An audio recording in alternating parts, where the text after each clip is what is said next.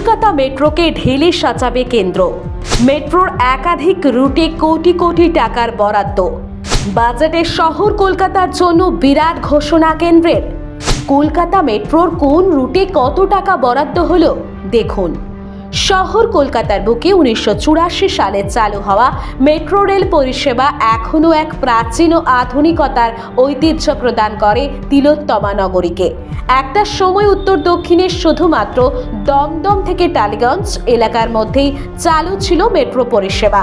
পরবর্তীতে সেই রুট বর্ধিত করে উত্তরে দক্ষিণেশ্বর এবং দক্ষিণে নিউ গড়িয়া পর্যন্ত করা হয়।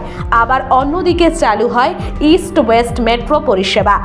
এদিকে আবার রয়েছে জোকা তারাতলা মেট্রো, যা ভবিষ্যতে স্প্ল্যানেড পর্যন্ত পৌঁছে যাবে। এদিকে আবার নিউ গড়িয়া থেকে বিমানবন্দর পর্যন্ত চলছে মেট্রোর কাজ। এবার 2024 সালের অন্তর্বর্তীকালীন বাজেটে কলকাতা মেট্রোর জন্য বিরাট বরাদ্দ করল কেন্দ্র। বৃহস্পতিবার সংসদ ভবনে বাজেট পেশ করার সময় এই বিষয়ে ঘোষণা করেন কেন্দ্রীয় অর্থমন্ত্রী নির্মলা সীতারামন। 2024-25 অর্থবর্ষের জন্য দমদম থেকে রাজারহাট হয়ে নিউ গড়িয়া পর্যন্ত মেট্রো রুটকে প্রসারিত করার জন্য 1791 কোটি 39 লক্ষ বরাদ্দ করেছে কেন্দ্র। বাজেট পেশ করার সময় এই ঘোষণা করেন কেন্দ্রীয় অর্থমন্ত্রী। উল্লেখ্য, চলতি অর্থবর্ষের জন্য গত বাজেটে এই মেট্রো লাইন নির্মাণের জন্য মোট 1700 কোটি টাকা বরাদ্দ করেছিল সরকার, আর এবার সেই বরাদ্দকৃত অর্থকে বাড়ানো হয়েছে।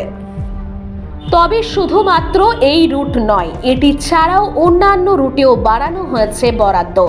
জোকা থেকে মাঝেরহাট হয়ে বিবাদীবাগ পর্যন্ত মেট্রো প্রকল্পে চলতি আর্থিক বছরে বরাদ্দ করা হয়েছে 850 কোটি টাকা। 2024-25 অর্থবর্ষে তা প্রায় 350 কোটি টাকা বাড়ানো হয়েছে। এই রুটের জন্য বরাদ্দকৃত অর্থের পরিমাণ করা হয়েছে 1208 কোটি 61 লক্ষ টাকা। এছাড়াও বরানগর থেকে ব্যারাকপুর হয়ে দক্ষিণেশ্বর অবধি মেট্রো রুটে বরাদ্দ হয়েছে 50 কোটি টাকা।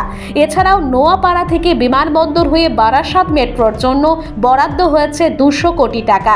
এছাড়াও কলকাতা মেট্রো রেল কর্পোরেশনের জন্য 900 কোটি টাকা বরাদ্দ করেছে কেন্দ্র। সব মিলিয়ে কলকাতার মেট্রোর জন্য যে ঢেলে খরচ করবে কেন্দ্র তা বোঝা গেল বাজেটেই।